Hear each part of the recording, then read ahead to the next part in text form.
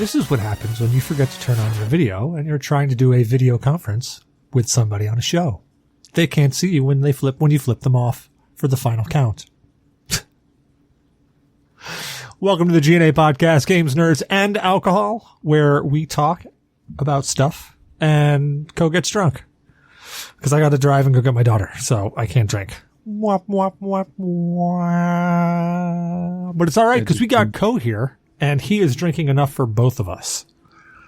I was just about to say that I have to get another shot or two just for you. I am drinking absolute vodka right now. Just straight? Just straight. It's actually not too bad. I've always liked just plain absolute vodka. Like all the flavors are kind of nice, but I just really like the flavor of vodka. Absolute. It's not like a harsh burn like you get with like a Smirnoff. It's got like a sweet, smooth taste to it. Oh yeah. I'm actually surprised because I haven't actually had vodka since I was 24. I think it's been a while. Well, the wife doesn't let me have vodka because Cecil likes vodka. Cecil likes vodka a lot. Cecil likes vodka so much that Cecil will drink all of the vodka, pass out, then have to be dragged into a tub, the water turned on me because I stopped breathing. Now I'm kind of wishing I had bought some V8 or something to make some Bloody Marys. In the morning. With your hot sauce. Oh my God. A Bloody Mary with my hot sauce would be orgasmic. Yes. Okay, I haven't said anything. Your hot sauce is really good. It's like I have a fruity flavor this season, dude. It does. It's much more floral. I think it's actually because of the location of my peppers now. Yeah. So the peppers where I've got them growing, before I had them all up on the porch and they were completely isolated from every other plant. So almost all of them, they were either fruiting well away from other plants, or they were fruiting inside when I had them under the grow lamps. Mm-hmm. This year, I actually made a pallet garden, and a vast majority of the peppers are all down there by the flower bed, where there's all sorts of other flowers growing. Okay. And I know you can't cross-pollinate, but I think there's just got to be something extra there because they have come out. Even when I tried the hybrid peppers that I found behind my AC unit, that I have no clue how the hell they were growing back there to begin with, but they were, and there were a bunch of them. But even when I tried those, they had a very, very distinct floral flavor instead of that just citrus hit. Yeah. It was surprising. I was like, man, this is a lot less garlicky this year, but it's still really good. I've already put it on all sorts of food. I've done it on chicken already. I've done it on eggs. Oh, it's really good. Yeah, I'm actually, so what I'm going to do this year is I'm actually, as my plants outside are dying, my pepper plants are going to die. I'm going to take the pallet garden. I'm going to plant a whole bunch of garlic in it. Oof. That's going to be the garlic that I use for next year's batch. So I'm going to have homegrown garlic, homegrown peppers, and I've got the tomatoes going, so I'm going to home grow the tomatoes. So I'm literally next year's sauce, minus the sweet chilies, but I might even try to grow them. All depends on how much time I have in my hands. But minus the sweet chilies, they literally will be a fully homemade sauce. Nothing else from anywhere else. I'm telling you, man, the next time I see you, I'm paying you. I'm going to give you $20 for this hot sauce. It's actually really good. You definitely deserve it. Well, so funny thing is that, have I told you about the latest hot sauce that I'm doing? No. Oh, yes. The one with you're doing the scotch with it. It's going to be a special. Well, they all have scotch in them. So that's the one thing that I'm not going to be able to make myself is my own scotch. But that would be help. But maybe, Zymer's talking about making a small batch. Anyways, hold on. Let's back up. So anywho, all of the pepper sauce, all the sauces actually have scotch in them, but I've been using Dalmore because I have everybody keeps giving me Dalmore. So I have bottles and bottles of Dalmore. I like Dalmore. I like to sit down and sip Dalmore, but when you've got 4 bottles of Dalmore, you got to figure out what to do with it. Too much Dalmore. 3 shots of Dalmore in each sauce makes out 7 bottles. It comes out pretty good. So, but this one that's coming up, I'm actually going to experiment slightly with it. So I'm going to take out all the sweet peppers. There's not going to be any sweet peppers in this batch. It's going to be all hot peppers. I'm taking out, hold on, what was it? No. I'm leaving in the sweet peppers. I'm going to take out the shallots and replace whatever the shallots were with garlic. So there's going to be about 3 times as much garlic in this sauce that's coming out. But when I cook it, instead of adding in granulated sugar and just Dalmore, I'm actually going to cut it with half and half maple syrup, granulated sugar, and then I'm going to be putting in a 25-year-old scotch. Each one of these bottles, when I'm done with it, just at raw cost of how much the ingredients cost, each bottle is going to cost me about $40 to make. Oh, dude. It's going to be the super, super special blend. And it is super special. Well, so my father-in-law is actually a maple syruper up in Vermont. So he sends us gallons of maple syrup each year. Typically, like last year, we didn't get any because, well, we didn't need gallons of maple syrup. But we always have maple syrup from him. So I'm actually going to be using that maple syrup to make it. It's going to be, this one's going to be a garlicky, smoky mess. And it's going to be amazing. You're going to find out what it tastes like. Oh. Yeah, I think I'm going to buy some chicken wings. And it's going to use a lot of it, I think, this time if I do it. But I'm going to make a buffalo wings with your hot sauce. Oh, there you go. It's going to use like a good half bottle or so of your hot sauce. Oh. Well, I've got, I'm staring at 4 other bottles sitting right up here. So, and I'm going to be having, I actually got another batch. I got another batch going, and I just looked outside. My wife thankfully told me, because I was actually just writing off the rest of the peppers as not gonna be fruit this year. She told me, she's like, "Have you looked out at your peppers lately?" I'm like, "No, I haven't even watered them. Why?" And she's like, "You've got enough for another sauce." I'm like, "You're kidding me." And of course, it was like 80 degrees today, so they just shot right up and really started pumping it out. Wow. So yeah, there's going to be a ton of sauce for this holiday season. So anybody who's getting a Christmas gift from me, guess what you're getting? A burning butthole. Oh, speaking of burning buttholes, that white chocolate. How was it? I handled it better than I expected. I did not cry. I was on the verge of crying with that white chocolate. But it wasn't long lasting. It lasted maybe 5-10 minutes and it was gone.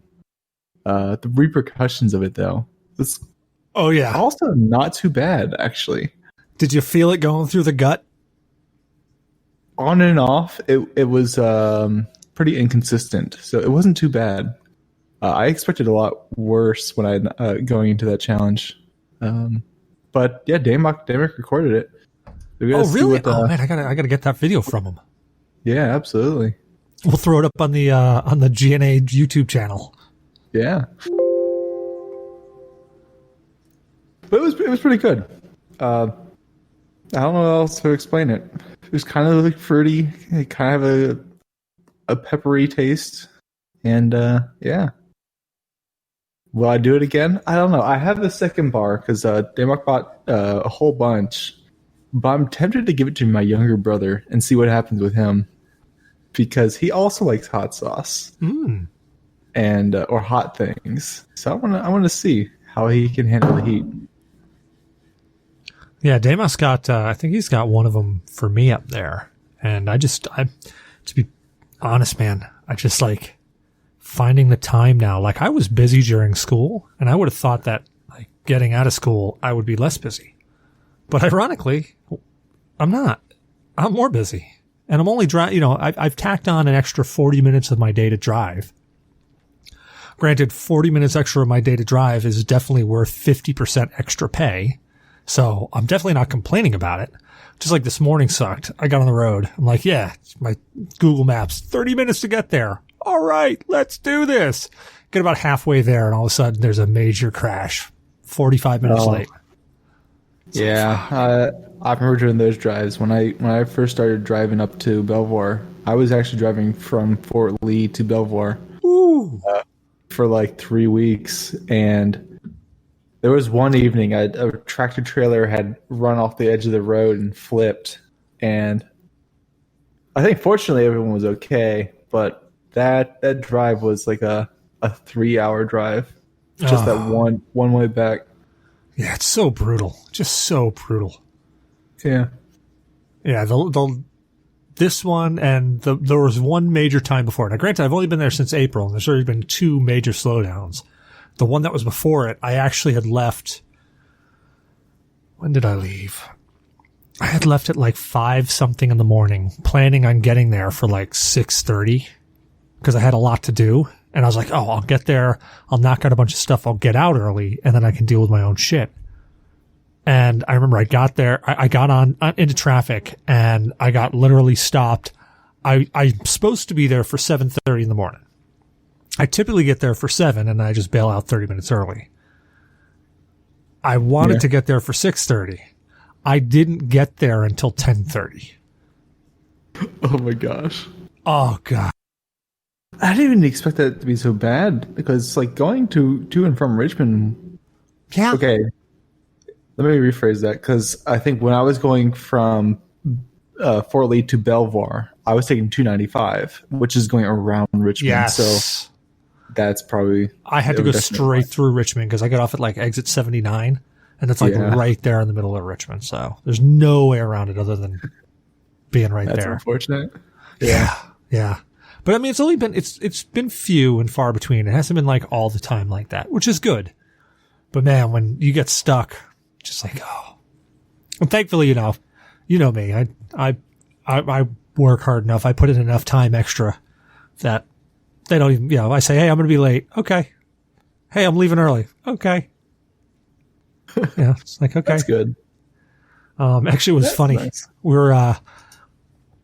I was going and talking to my boss because I was like, hey, because I scheduled something there. We had, oh man, I guess this is going to be the work complaints, show. So I work on a very, very small team, i.e. there's like 2 of us major, 2 people really working on Linux.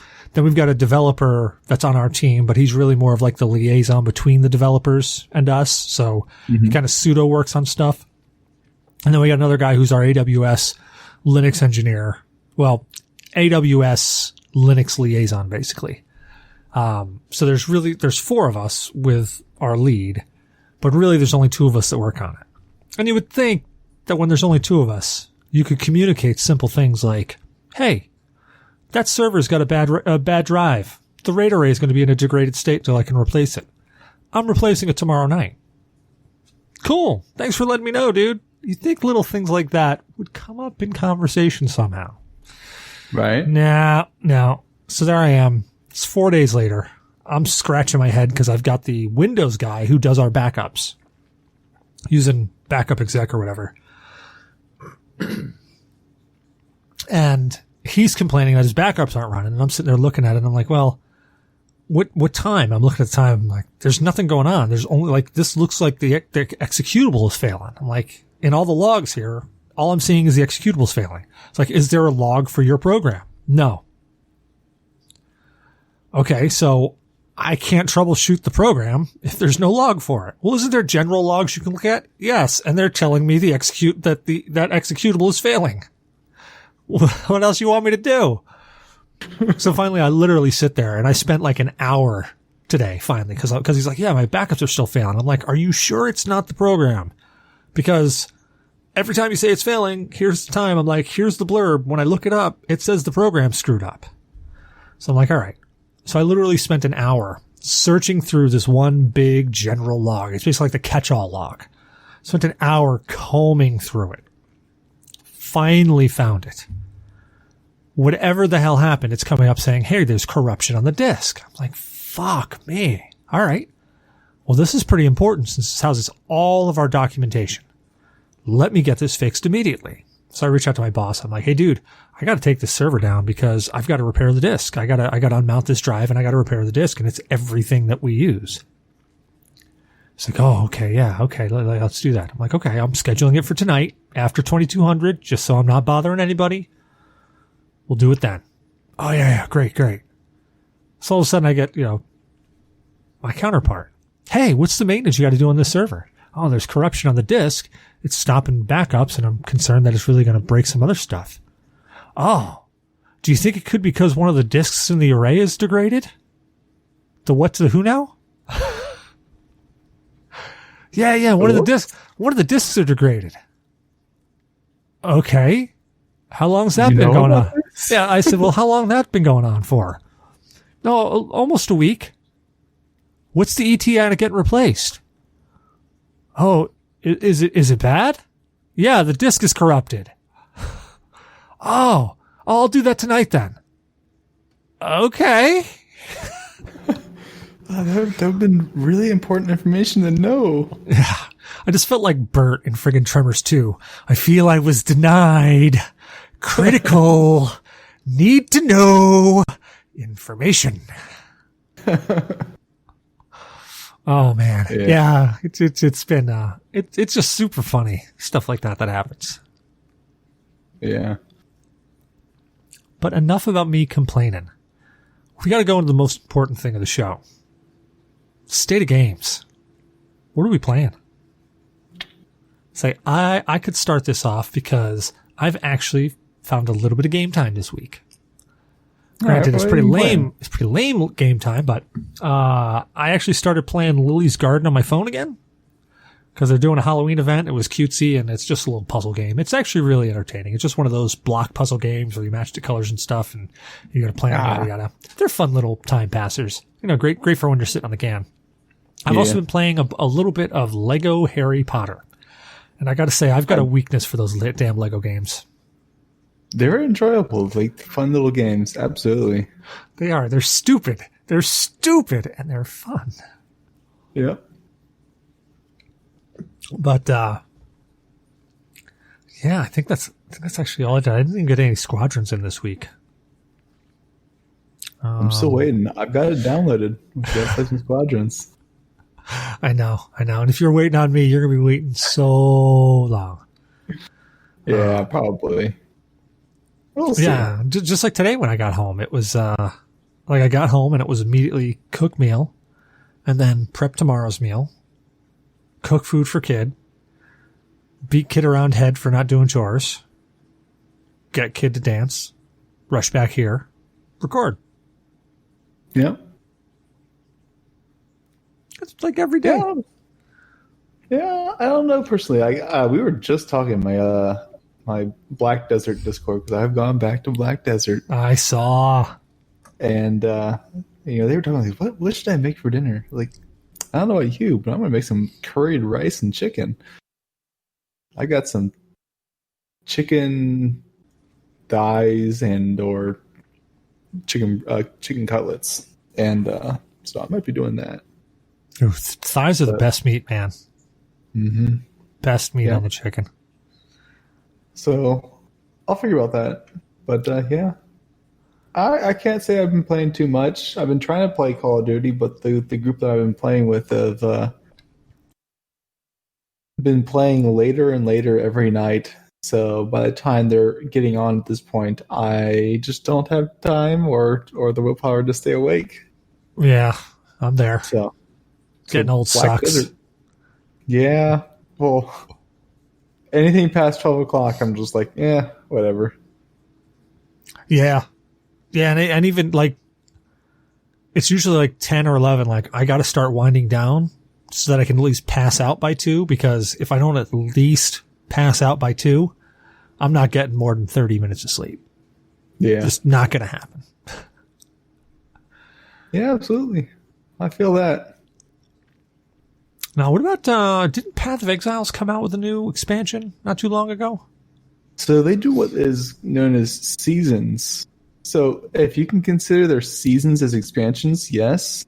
Because the new season is called Heist, or expansion is called Heist.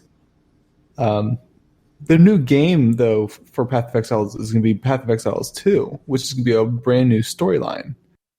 But we don't have an ETA on when it's going to release. And I think they're pushing for probably like 2021 at this point. Oh, so we're going to have a brand new itemization system. it's all going to be tied into the same client, so no one's got to download additional stuff or a separate client. But I'm waiting for that to come out because I want a new, refreshing experience with that game. Yeah, Path of Exiles is fun. I at first, it was really overwhelming. Like, holy sheep shit overwhelming. You're like, Damok's great. I love Damok. Damok is totally one of those guys who's like, yeah, sure, lead me around. I got this. I'm cool. I am one of those, like, I'm looking around. I'm going to pick shit up. I'm going to be like, what is this? What does this smell like? You know, and you guys are just blaring right ahead. I'm like, what are you guys doing? Yeah. You know, I guess it's also the difference between playing, you know, a game for a few years. I guess it's been like 5 years since Path of Exile was released. Yeah. Versus, you know, bringing in newcomers to the game. You know, you get those few people who will follow you, and they'll be super leveled, and then they don't know what to do. Then you have the one or two who you want to figure it out themselves, and then, you know, it's also a pretty long journey to you know, Yes. learn and understand the game. There's just so much about it, and every 3 to 4 months they add a new expansion or season that changes the mechanics. So you might have new skills or new items, or they might revamp new items. So it's hard to balance between a new player guiding an old player guiding new members through the game. Yeah. No, I agree completely. And it's one of those games that, like, the basics are pretty easy to grasp. Like, the basics are pretty easy to grasp, but there's enough complexity in there to make it a talent to really, like, min-max those characters. Like, a real talent. It takes quite a bit of experience to understand and develop a character. Oh, yeah. It's not as simple as Damok likes to perceive it as, just pick up a build and run with it, because... Well, you gotta know how the build's gonna act. Exactly. You know how the build's gonna act in terms of, you know, is this an early game build that you can just wing it? Or is this a build that you have to spend a large amount of currency to get up and running? And I think a lot of times he runs into builds that are costly builds, but they look like they're really fun end game builds, which means he's got to spend exponentially more time getting it up and running. And that was one of the things that I found when I first started with you guys. I was really standoffish because I'm like, you guys are like way up here and I am way down here. I don't even understand the basics yet, and you're trying to get me to do this up here. And I'm like, I have no effing clue what is going on. I'm out.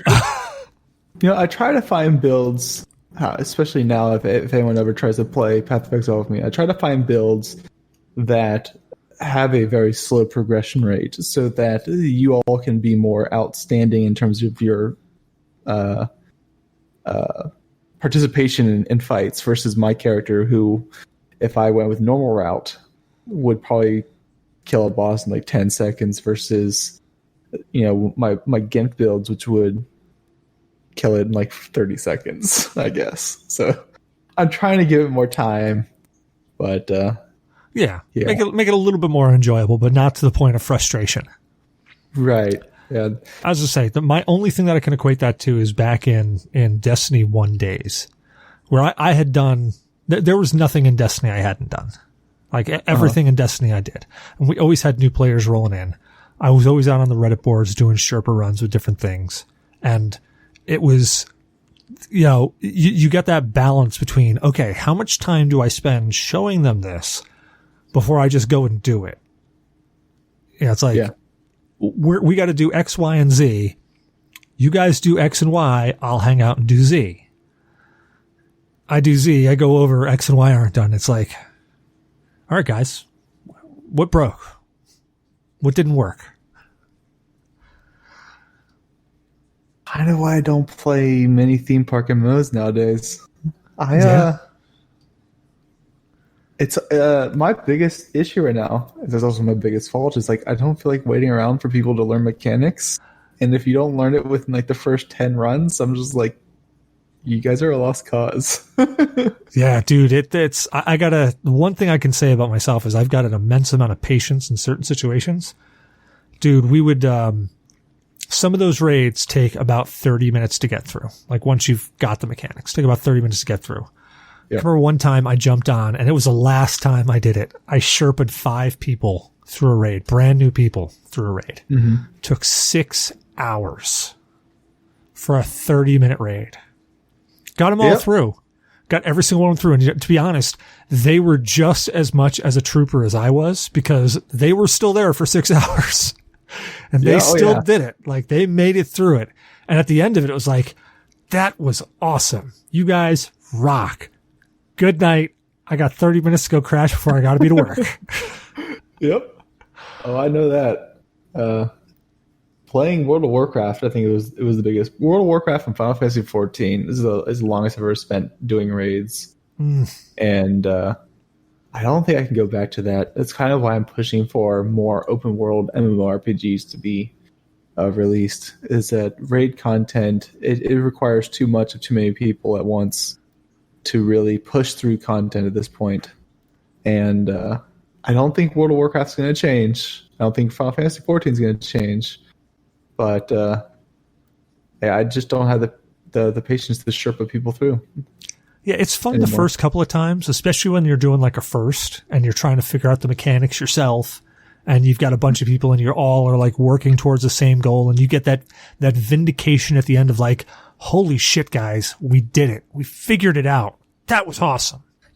Yep. But, once you get it, and even for a short while, going through it, trying to fine tune it. Oh, hey, this last time it took us 2 hours to do. This time it only took us 1 hour and 40 minutes. Hey, we shaved off another 20 minutes. Now we're shaved down to 1 hour and 5 minutes to get through this raid, or whatever it may be. And it's like, those things are fun too. Finding new strategies to do different things quicker, et cetera, et cetera. But after a while, it's just, are you playing just because you're playing? Just because it's familiar, and you're just like, all right, I'm just gonna play because I got to get my dailies in, I got to get my weeklies in, I got to do my whatever? Or are you playing and actually having fun? Oh yeah, that's actually me, especially with I think the last expansion for World of Warcraft is, even when we were doing Mythic Raid content, I wasn't getting gear from doing those raids. So even if we were clearing the bosses that I needed gear from, I wasn't getting gear. The issue came down to the fact that the game has been giving away participation rewards for the past few expansions. And I didn't really realize that until Battle for Azeroth. And it's gotten so bad now is that if you're not lucky enough to get gear from raids, they actually have a chest. And I don't remember if it's weekly or bi-weekly, but this chest that you would loot like one or 2 weeks has raid tier loot in it, and they would just give you a free piece of gear. And like, that's kind of an issue with your game. It is if you're giving out loot because as a result of a participation reward, you're kind of failing your game and indoor community overall. It's like that's a design flaw, I should say, and you should probably look into fixing that at this point. Dude, that was Go ahead. I would say, because at this point I'm just paying $15 a month to raid 4 times a week because you don't have any other content in the game. Dude, that was my exact gripe with what they did in Destiny. So in Destiny 1, to get the highest tier loot, you basically had 2 routes that you could go. You do Trials of Osiris, which was the PvP side, or you could go Raids, which was the PvE side. So Trials of Osiris, if you got really, really good, you could solo your way through it, carry a whole team, etc., etc.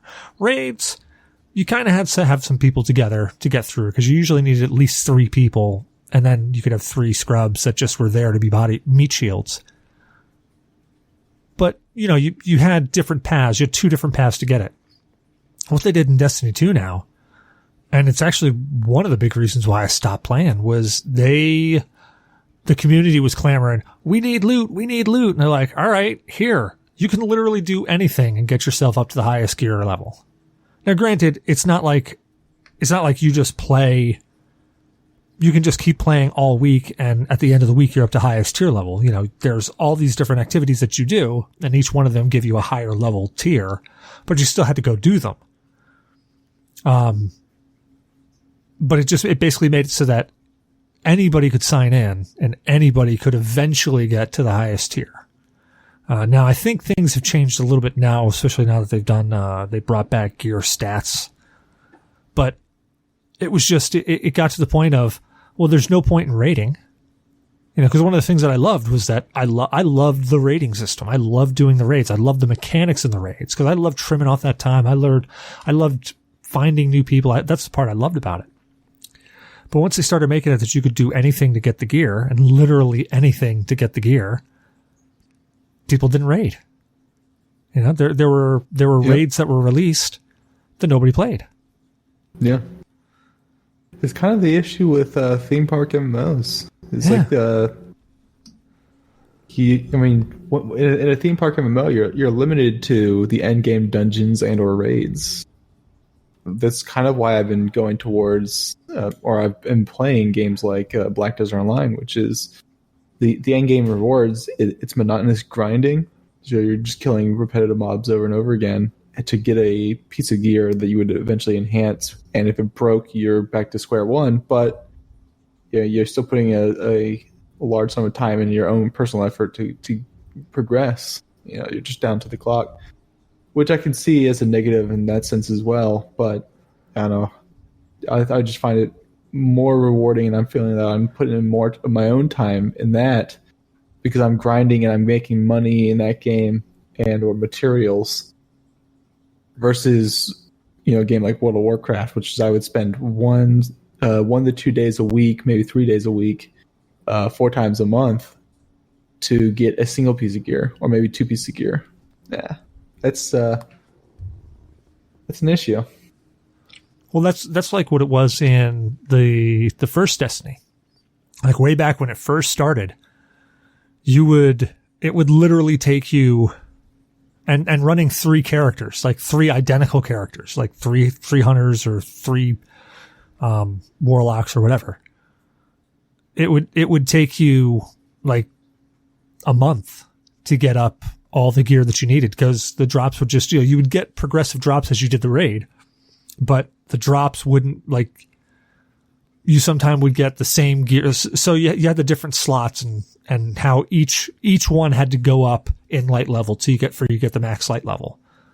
So you get one that dropped and you're like, oh, this one's dropped at whatever, level 20. But you need the chest piece to drop at level 20. So the next time you go in there, you go through and it drops out your helmet again. And you're like, son of a bitch. And it was like RNGesus just hated you in that game. But, and that's why it would take you, a good 2 to 4 weeks to max out and get everything. And then people started figuring out, oh, well, I can save up Ingrams. I cannot turn them in until the next expansion drops, and I can get a head start on that. People started figuring out little things around that, which Bungie eventually, worked out. But yeah, man, like it was just, it's so weird coming from watching the progression of a game where they literally withheld everything from you to get you to play more, to here's everything. You literally just have to play. You don't have to play anything special. You just have to play. Yeah. It's like, okay. The carrot became the size of Long Island. Like, oh, so I just gotta pay $15 a month and I just get stuff as long as I log in? Yeah. I don't know if I like that. And I guess that's the reason why I like, a game like Black Desert is that even though I'm grinding, I can grind at a specific location for, let's say 3 months if you're willing to be, that brain dead or monotonous or willing to be doing that monotonous grind. At the end of the month, at the end of those 3 months, you have like 15 to 20 billion worth of silver. You can then go spend that money on whatever piece of gear you want, or you can go enhance it and take your chance and get it earlier. I mean, the choice is yours at the end of the day. And that's kind of what I'm missing from Western MMOs. And it's not just World of Warcraft, but it's a prime example because of other Western MMO copies WoW now. So I don't know. Yeah, that having that I think I got in a conversation with somebody about this a long time ago. Having that carrot to chase, it's always there. You're looking, whether you realize that you want that carrot or not, it's there and you're trying to attain something. But when they take when they make it too accessible, it becomes an issue. Yeah. It's like, it's like where you get a new game and you want it to be challenging. Like, I don't know, Resident Evil 18 comes out. You've played every single Resident Evil up until that one. And you're like, you know what? This is an old hat. I've already seen the gameplay. It's exactly like the other 17 Resident Evils. I'm going to put this thing on hard because I feel pretty good about it. Yeah. It's like playing a game and then just going, hey, you know what? We're just going to throw this on easy. You can't change it. Yeah, absolutely. It's like they need to give something more to the more hardcore audience to kind of retain their attention. Otherwise, what's the point? Now, I enjoy the game, but if the carrot on a stick is just me waiting and doing, let's say, a raid every so often, you lose people's attention. Yeah, you do. And I don't know. I guess I'm kind of like, and I understand. Okay, I'm like trying to formulate my thought here. I can understand a gaming company making a game and trying to hit as wide of an audience as possible, casting the widest net that they possibly can. In my opinion, you end up losing franchises that way. Absolutely. Like, take a look at Super Mario Brothers. Mm-hmm. It's a platformer. Has been a platformer. Always will be a platformer. Every now and then they come up with a little side game that's like, hey, Mario Kart Racing. Just not really a platformer. It's a little cutesy racing game. Or Mario Party, where they're just using the Mario brand at that point in time. But the Mario game, you look at the main line of Mario, whether it be Super Mario Brothers, Mario 64, Super Mario Land, or Super Mario World, Mario Odyssey, etc., etc. They're pretty much just a straight line of platformers. They've gotten better over the years. I mean, don't get me wrong. I'm not trying to trivialize it in that way, but they're aimed at people who like platformers. They're not trying to cast such a wide net that they're trying to get everybody under the sun. Anybody who plays a platformer game, you've got to play Mario. No, they're making it a Mario platformer game. They've added some things in each game, to try to see if they can touch on other groups and other areas where they might enjoy it. But all in all, they're not really trying to cast a wide enough net to hit everybody. The people who play Crash Bandicoot and are diehard Crash Bandicoot fans aren't going to look over and say, yeah, let me go start playing Mario now. Mario's not trying to do that. Not trying to make Crash Bandicoot. They're trying to make Mario. That's these games are just, they're trying to pander to too many people. That's the big issue with MMOs is that, as a hardcore player,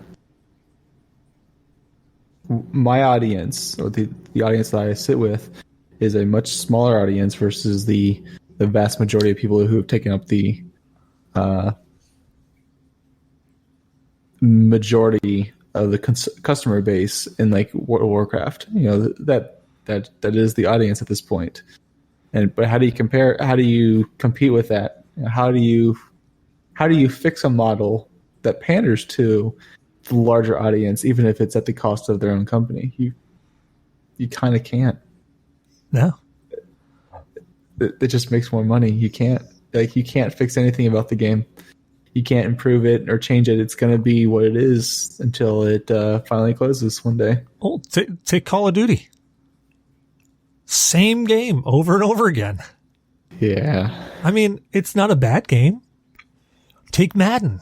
Take NBA 2K or I mean, they're the same game over and over and over again. You could literally, like, probably the last 4 or 5 Call of Duties, you could probably have just sent out a patch. Granted, to be like a 500 gigabyte patch, but sent out a patch and still had the same game. Like, here's the new game, but it's just, here it is on the old thing's running. And I know I'm oversimplifying it, but the amount of changes, amount of engine improvements that they've done, just, it's like that, God, what the hell, I just had it on the tip of my tongue. Oh, like that person who's just trying to be valid, you know, they're always there because if they go away, you'll forget about them.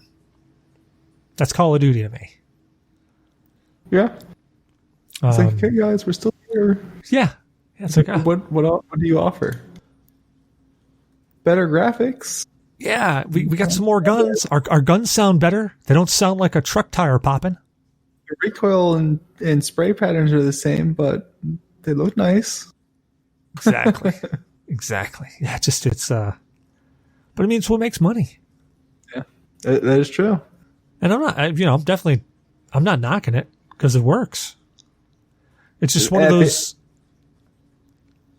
As a businessman, if you're looking at it from a businessman's eyes, it does absolutely work. But I think in the long haul, it's just not going to work. In World of Warcraft is the exception, of course. But I think people are just tied too much into that at that point that that no one can go away from it. Like, people are going to go back to it regardless. Agreed. Yeah, it's just it's like a warm blanket, man. It's just it's familiar. You know, I mean, it's your Black Desert.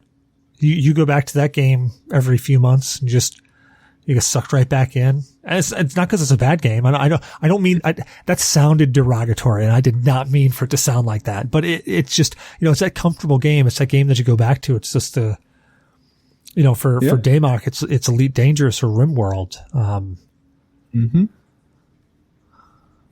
So I just wish there was something else out there, something that would have a little more depth. If any Funcom employees are ever listening to this, Anarchy Online 2, please bring back deep character customization into MMOs. I would love that again. Yeah, I want to see level 200 plus characters with the amount of depth that Anarchy Online provides to their characters. You know, you had like 12 different classes and I think like 70 different skills you could choose from. So you could make it and utilize any weapons or whatnot to suit the needs for each class and customize it any way you want. And then you had the implant system in the game. But then that's what made replayability really fun in that game. But I don't think we're ever going to see a game like that ever again. It's just complex games don't appeal to the majority's taste. Yeah, that was one. Did you ever play Ultima Online? Old game. Oh yeah. Yeah, that game was stupid fun, but I liked it for a different reason than what you described. It had a lot of different customization that you could do in it, but the thing that I liked about it the most is again that carrot. So if you wanted to level up your sword skill, you had to go out there and swing a sword. If you wanted to level up your smithing skill, you had to go and make stuff at you had to go mine ore or buy it and then make stuff at a forge. Yeah. Just a really simple concept, but there's so many different ways that you could go with it. Absolutely. Star Wars Galaxy was the same way. You know, if you wanted to level something up, you had to use that. You know, you wanted to be a shipwright, you had to build ships, and it meant that you were building a lot of shitty ships to get all the way up there. I was actually trying to think because I labeled off your go-to game and I labeled off Daymok's go-to games, and I was trying to think what the hell are my go-to games, and I think it's actually Starflight 2 or Mega Traveler. I always love those games and I always find myself going back to playing them. That or maybe, well, no, because you know what? I haven't touched Final Fantasy 4 in years. I was playing Starflight 2, about 6 months ago. before all the major crap hit. Yeah. But those are super old single-player games that, now I can go through Starflight in a couple of hours, be done with the whole game. Oof. Yeah. It's like Star Fox. Star Fox, the first time you play it, you're like, oh man, that took 2.5 hours to get through. I could sit down and get through Star Fox in 15 minutes. Like, oh, what happened? I thought this game was much more difficult and much more engaging. Oh. Well, if you do this and this and this, and you shoot this asteroid here, all of a sudden this asteroid will show up with a face, and there you go. Yeah, I just killed Andros. Okay. And he's dead. Big face gone. Yeah. Yeah, the only other thing that I think I can really say that I love doing when it comes to gaming, and it always ends up being my go-back to, is tabletops. Yeah, I mean, that comes down to the complexity. Like, tabletops offers that that depth I'm looking for. And I just always have the issue is finding a campaign that lasts long enough. Yeah, or a group that'll last long enough. Oh, yeah. So, one day that perfect group will come together and we have a really good game. I was going to say, well, God's got getting a whole setup up there. Sounds like he's going to have a place to make it happen if he isn't already. Yeah, he's got. We spent the weekend trying to figure out how to set up his bar. Nice.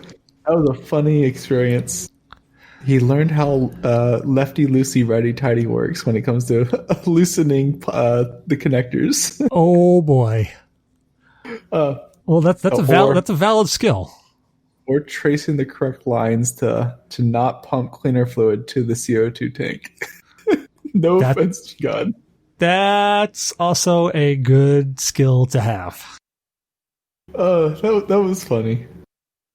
Yeah, but we all got it working, so we all had a few beers. We ate some hot, spicy chocolate, and we may be setting up a D&D campaign. We'll have to figure out how that goes. Yeah, man. That'd be awesome. You guys get to play again. Yeah, we could all play and do something other than hide away in our houses. Yeah. God damn this pandemic. I'm waiting for it to be over at this point. I'm just done. I think everybody's just done, Yeah. And it sucks that we just got to wait so long because people because people can't put on masks, or they don't understand the concept of 6 feet or something stupid like that. Or like what happened up at my mother-in-law's nursing home. You come to work sick. You've got a fever, Oof. You're coughing, you're achy, and you come to work during a pandemic. And you kill 17 people. Because you're negligence. Don't do it. Don't do it. Yeah, it's just like, dude. Had everyone just taken 2, maybe 3 weeks to let it all die down, we could have gone back to life as normal. But we're now, it's like 8 months in now. Has it been 8 months for the pandemic? I don't remember. 6, 7 months. I don't know. Are we going from December, or are we going from January? I guess April is when it all shut down. Say April, yeah, is when everything shut down. So.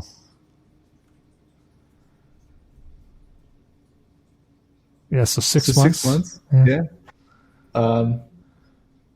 Had we just done the 2-3 weeks, everyone just quarantined themselves, we could be going back to life as normal. Of course, you'd still have to do the shutdowns for like travel, like to other countries. But I would imagine you'd be able to do that. But there's just no way you're going to have 370 million people do that all at once. It just wasn't going to happen.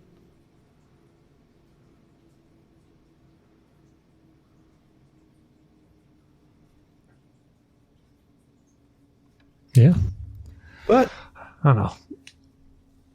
I know what the first thing I'm going to do once this whole pandemic thing is done.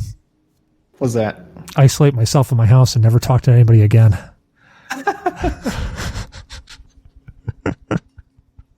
Sounds like you do it now.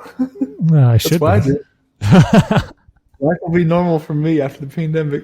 It was like that before and after. Yeah. That's what I thought was funny when, I look around and I start looking at my friends and I'm like, hey, so how's the pandemic affected you? I can't get any toilet paper. Yeah, that's really pretty much about it. That's it? Yeah. Nothing else has changed. Like, Yep. Are you going to work? No. And didn't go to work before. I still sat at home and logged in from my computer. Oh, well, okay. You know, my work has been pretty interesting. I can believe it. Because we went back to 5 days a week, but now every Wednesday we're essentially shut down. Like all facilities have shut down for deep cleaning, and so now I have Wednesdays off. So I'm just kind of like, I guess I twiddle my thumbs, take naps, and wait for Thursday and Friday. That's not so bad. 4-day work week. Yeah, it's like I just don't know what they're gonna do. Now they're gonna have so that's gonna continue indefinitely until all the lockdown's finished. Yeah, this will be interesting. I forgot you work for a school, right? I work for a school system. Yep. Yeah. God, that sucks. There's like snow days are going to be a thing of the past. Oh yeah. I don't know how that's going to work if we start having the winter, because flu season's coming around the corner. And are we going to see COVID cases rise? Is that going to make us going back down to like phase 1 again? And how's that going to work? I don't know. But people are being stupid again, which just sucks. Yep. Yeah, one step at a time. Yeah.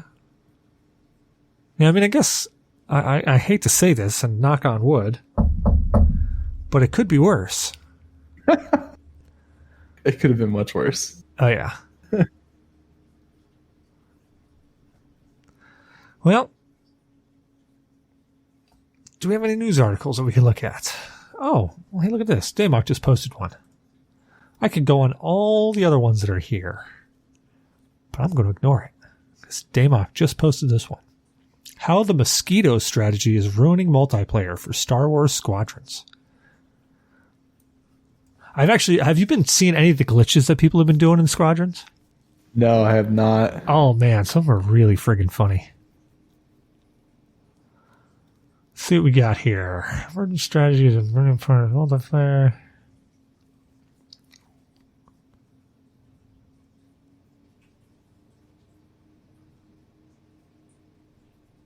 The mosquito strategy goes like this. In fleet battle mode, during the attack phase, you hop into a TIE bomber with the rotary cannon equipped. You fly under an Alliance frigate shields and stop directly next to the hull. You open fire with rotary cannons. You divert all power to your engines and transfer power from your engines to your lasers to keep them overcharged to deal extra DPS. The TIE bomber is so tough and the rotary cannon DPS is so high that you can kill a frigate extremely quickly. Even the mighty MC-75 can fall victim to the strategy if the TIE bomber moves from section to section as it destroys the hull. So it just sounds like an impending nerf is coming to the TIE bomber's damage, and that will fix it. Yeah, that, or they'll just make it that the TIE bomber is just so squishy that you won't be able to do anything. Yeah. Yeah, I'll be like, I'm going to fly in there. Boom, you're dead. Aww. Have fun. Yeah. Oh, here's how to counter it, though. Oh, of course, the A-Wing.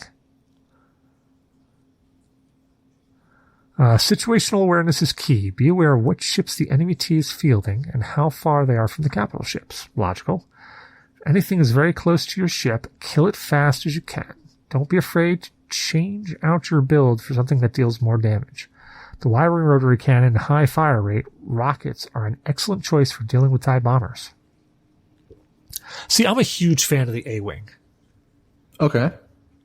Like, everybody is always, X-Wing. Everybody's always going balls deep into the X-Wing or the TIE Interceptor or whatever. But man, if I were to have a ship, god damn, it would be that A-Wing. That fucker is fast. Fair enough. I need to play that game. I gotta give it a try. Yeah, definitely throw it in and give it a shot. It's they fly just so much like the old X-Wing versus TIE Fighter, just with a much higher frame rate. But like I was able to, so they've got, different maps with different debris and like you've got capital ships that you can attach and all that stuff. But, they've got like there's a couple of them where they've got broken hulls of ships that you can fly around and through and underneath and all that shit. Mm-hmm. Going through some of that and actually pulling off some really heinous maneuvers, really super fun. Cause you can go like full bore, divert all power to engines, rocket in like through the hull of a ship, literally put on air brakes, angle your ship directly up and almost do like a 90-degree turn in your ship. Huh. It's just really fun, especially when you got somebody coming in behind you. That's why I love the A-Wing, because the A-Wing is just stupid maneuverable. You got somebody coming in behind you and they're tailing you. You just pull off a maneuver like that and you go up a wall and they just blow right by it. Like, where the fuck did they go? I actually had somebody do that. The only time I have gotten a kill in multiplayer, but granted, I've only played 2 multiplayer games. The only time I actually got a kill in multiplayer, I did that. I came through, I rocketed straight up the wall. And as soon as I went up the wall, I realized, well, I don't got missile lock on me anymore and I'm not being shot at. So I literally just kind of like stopped my ship. Like I went up the wall, realized I wasn't being chased anymore, stopped dead, just turned my ship down, and I saw him he rocketed out and just turned like he was looking for me. And I just turned it on, saw him, locked on missiles, fired. I'm like, holy shit, that shouldn't have worked. His HUD should have told me where I went. Right. Just lost track of you, man. Yeah, it's pretty cool.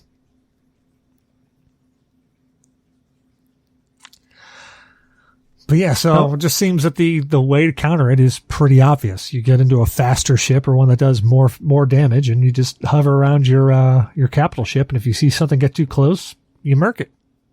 Yep, sounds about right. I mean, it's a logical defense because they're going to have to slow down. They have to stop. So it's not like they're going to be driving by like you would expect them to. They got to stop dead. So as soon as they stop dead, you just lock on and pew. Yeah. I don't know, what else we got here? Oh, The Witcher 3. They're going to be doing an update for that for the next gen consoles. That's cool. Yeah, I saw that. I'm assuming that those additions are going to be included on the PC version of the game. I hope. Let's see. It just says the next generation edition of The Witcher 3 Wild Hunt will release as a standalone purchase as well as a free update for everyone who already owns the game. Well, that's positive. Yep, so they're going to add ray tracing, HDR, and fast loading times. So I would imagine that would come to the PC as well. I don't see if any of that's already in there yet. So I would super hope so. Oh, here's another one. Did you Daymok and I were talking about that earlier? I think earlier today, maybe. Or maybe it was yesterday. Lip syncing by AI. The lip syncing by AI. So Cyberpunk 2077, they're emphasis on lip syncing. So they're doing a thing where they're making AI use of the different language packs. So if it's speaking in Russian, the lips will actually move as if the person's speaking Russian. Or if it's German, it's going to move like they're speaking German or Portuguese or whatever it may be. Which is pretty cool. Did they use AI or did they use a technique just like they did back when L.A. Noire was released? That's a great question but when L.A. Noire was released, were their lips really moving all that much in real sync?